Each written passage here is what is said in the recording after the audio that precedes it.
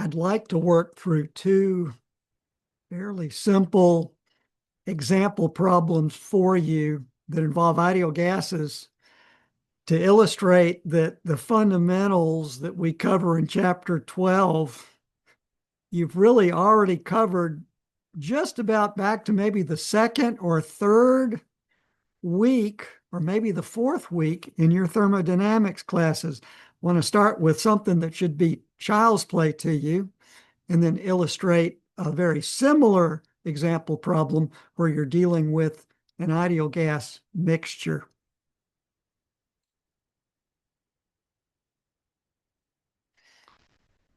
So on this video, I want to sort of breeze through two example problems. Let's look at the first one. Well, this is a tried and true ideal gas problem that I hope that when we read it, I'll read it aloud. You can get ahead of, but say, man, this is an easy problem. I hope this is given on the exam because I can nail this. And so my suggestion is that you should be able to solve this problem in your sleep, just like my little friend Tigger is doing here. He would have the ability to do this problem in his sleep. An ideal gas with a molecular weight of 28.5 kilograms per kilomole is contained in a rigid vessel that has a volume of 4 cubic meters. This ideal gas is initially at a temperature of 25 degrees C and a pressure of 100 kPa, atmospheric conditions. The ideal gas is heated until the temperature becomes 35 degrees C, 10 degrees hotter.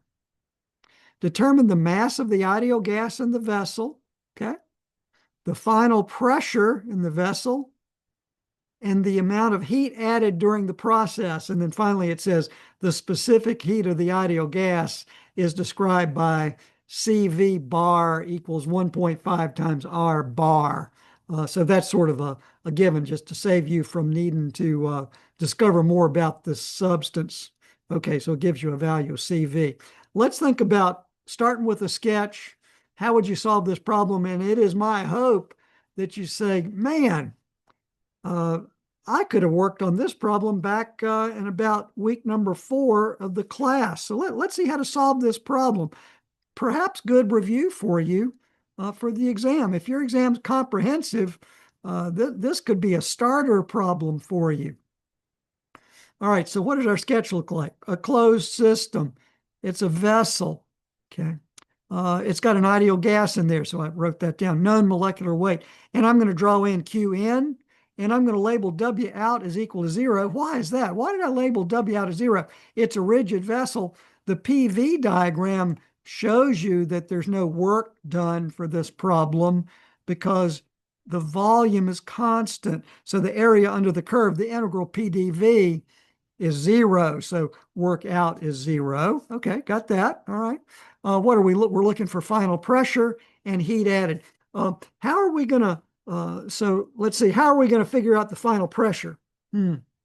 Ideal gas equation of state, I think. How about the mass? The mass first. Ideal gas equation of state. PV equals MRT. Okay, that's the way we'll get the mass. PV equals MRT. So we'll need R, won't we? Well, R is just R bar over the molecular weight. So we can get that. Our molecular weight was given 28.5 kilograms per kilomole. So R is easy. CV is 1.5 R times molecular weight. It looks like I got a little typo here. I should not have a bar there. CV is 1.5. No, I think that's going to work. No, that is correct. 1.5 times R bar over the molecular weight is C sub V. That is correct. Okay. Given V1 equals V2 is 4 cubic meters. Let's see. T1 got to switch to absolute temperature, 298 K. T2, 35 degrees C is 303 degrees K, absolute temperature. And P1, 100 kPa. Okay, that's all our given information. We'll write down the ideal gas equation of state to solve for mass first. How about P2? Same idea, PV equals MRT at state 2, so P2 is equal to MRT2 given divided by V2 known, that's V1. P2 is okay, got that. And then we'll use the first law to figure out the heat added. Since the work is 0, we've got Qn is equal to capital U2 minus capital U1, or M times little u2 minus little u1, and that's simply going to be, for constant specific heat, M times CV times T2 minus T1. So it looks like we're going to need CV of the mixture, and we're going to need R. Well, let's see. It's all given to us. It's all given to us. Mixture's coming up in the next example. Okay, let's do the math. Okay, so I've written down my given information, R bar, CV bar, both given, the molecular weight. So I'm going to solve for R and solve for CV in terms of kilojoules per kilogram degree K. Got it. I'm going to convert both my temperatures to absolute temperature because I remember I must do that in this class. Okay. Especially in the ideal gas equation of state. P1 given 100 kPa, V1 is 4 given. So we'll solve straight out for the mass, PV over RT. So we've got a mass of 4.6 kilograms.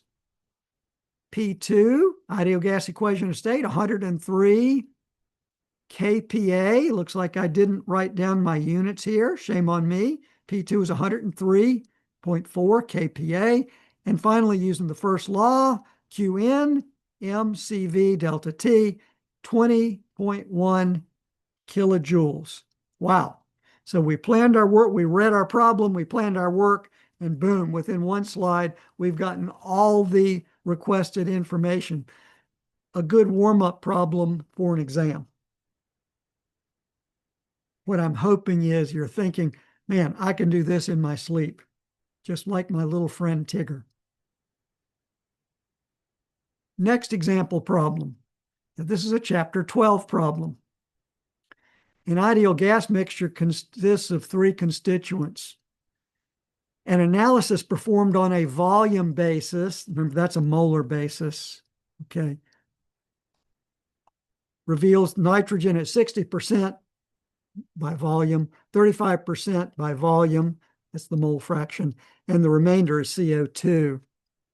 The mixture is contained in a rigid vessel with a volume of 4 cubic meters. Initially, temperature 25 degrees C, pressure 100 kPa. Ideal gas is heated until the temperature is 35 degrees C, just like problem 1. Find the following: mass of the ideal gas in the vessel, okay? The final pressure and the heat added. 3 things to find: mass, final pressure, and heat added. Well, let's start with a sketch and plan our work. Wow, this is a copy and paste slide, isn't it? Almost. So the sketch is the same, closed system, a mixture of ideal gases. Workout is 0. PV diagram looks the same. Integral PDV, 0. The work is 0. We're showing Qn. Now, how are we going to get R? We don't know the molecular weight of the mixture. Okay. Well, we're going to get R by the sum of the mass fractions times R sub I, each R value that we will look up in the back of the book. Same thing for C sub V. We're going to sum up the mass fractions times each C sub V that we look up in the back of the book. So I need the mass fractions, but I'm not given them, am I? I've got to figure out the mass fractions given the mole fractions that are given. Okay, so that's going to be a little side piece of work. Wow, this is a screenshot of what I had before. Volumes are constant, 4 cubic meters. The temperatures, I'm converting to absolute temperature. Pressure is P1. And do you see that with the pre-work we do, if we can figure out what R of the mixture is, we can get the mass using the ideal gas equation of state from the 3rd, 4th week of class. Solve for P2, same idea. Ideal gas equation of state. First law, 4th week of class, maybe 3rd week of class. To get, for constant specific heat, we've got Qn is equal with W out of 0 is mass times CV of the mixture times delta T, T2 minus T1. All right, let's solve this problem. So the first thing I have to do is set up my table, okay? I'm given the mole fraction, so I wrote those down. I set up my table, 3 constituents. I wrote down the molecular weight, okay? I wrote down the given mole fractions, but I need the mass fractions. I need the mass fractions to be able to determine R of the mix and C sub V of the mixture. So I go through my table and get, well, I multiplied this column by this column to get the kilograms per kilomole of mixture. I add up my kilograms to get 30 kilograms in a mole of mixture. And so the mass fraction is, doing the math, 16.8 over 30.2, 11.2 divided by 30.2. Okay, and so you do see numerically that the mass fractions are numerically different than the mole fractions. But now I'm kind of home free. Now I can get my R value for the mixture and CV for the mixture. Okay, I'm going to go to the back of the book and let's see, I'm going to set up another table. Here's my constituents. Okay, here's my molecular weight. Okay, here's my R values. R bar over the molecular weight for each constituent. That's how I get R sub I. It's going to be R bar, 8.314 kilojoules per kilomole degree K divided by 28. Same R bar divided by 32. R bar divided by 44. That's the way I get my each R sub I. C sub V, I looked at these in the table at 300 degrees K and wrote them down. I wrote down my mass fractions from the work above. And so do you see what's R of the mix now? It's just the sum of this R times this mass fraction, this R times this mass fraction, this R times this mass fraction, and the same approach for C sub V.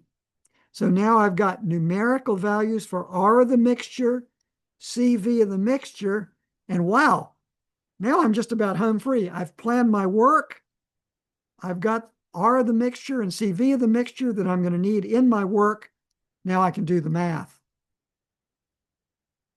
Same computational approach. I'm going to write down my temperatures, okay?